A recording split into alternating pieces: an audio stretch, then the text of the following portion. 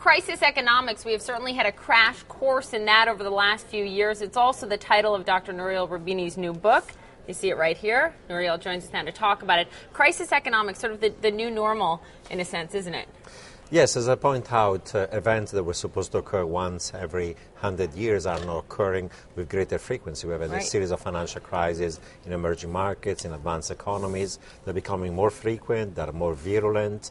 The economic and financial and fiscal costs and job losses are more large than before. That's why we have to study crisis economics. Well, and you argue in this book, and you're credited, and you got the name Dr. Doom for calling the crisis back in 2006. But when you look at it, you argue it was obvious that this was coming.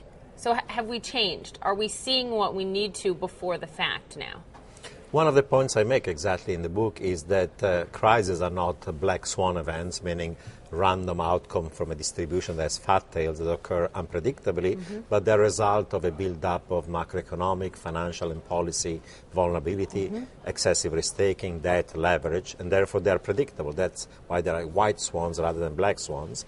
And whether we've learned the lesson, I'm not sure, because many countries are talking about now reforming the system of supervision regulation of financial institutions.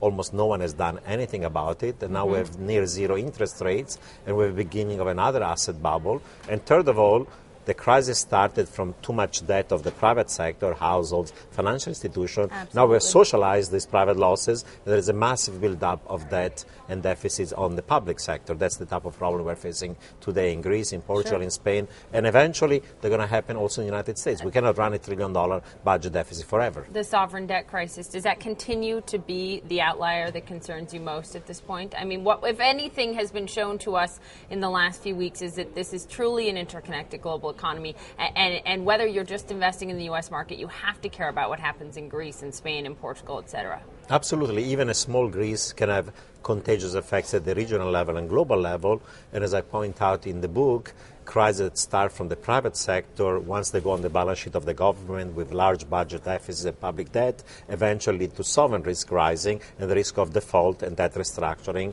Or if you inflate it away by monetizing the deficit, eventually you're going to have inflation. You've spoken a lot about that. You write about that in the book, monetizing the deficit, and governments not willing to make the hard choices. The hard choices being raise taxes and cut spending. Do you see any evidence that governments are doing that? Greece is getting hundreds of billions of dollars in aid, as you know, there's the support in terms of that for Spain and Portugal as well. So are governments making the hard choices, Nouriel, that they need to? In part, the IMF and the European money to Greece, to Portugal, to Spain is going to be conditional on doing fiscal consolidation. So that's a positive. On the other side, the size of these deficits and debts is so large that, in my view, in a case like Greece, they eventually will have to restructure the debt. The kind of adjustment is required of them is going to be social and politically impossible to achieve.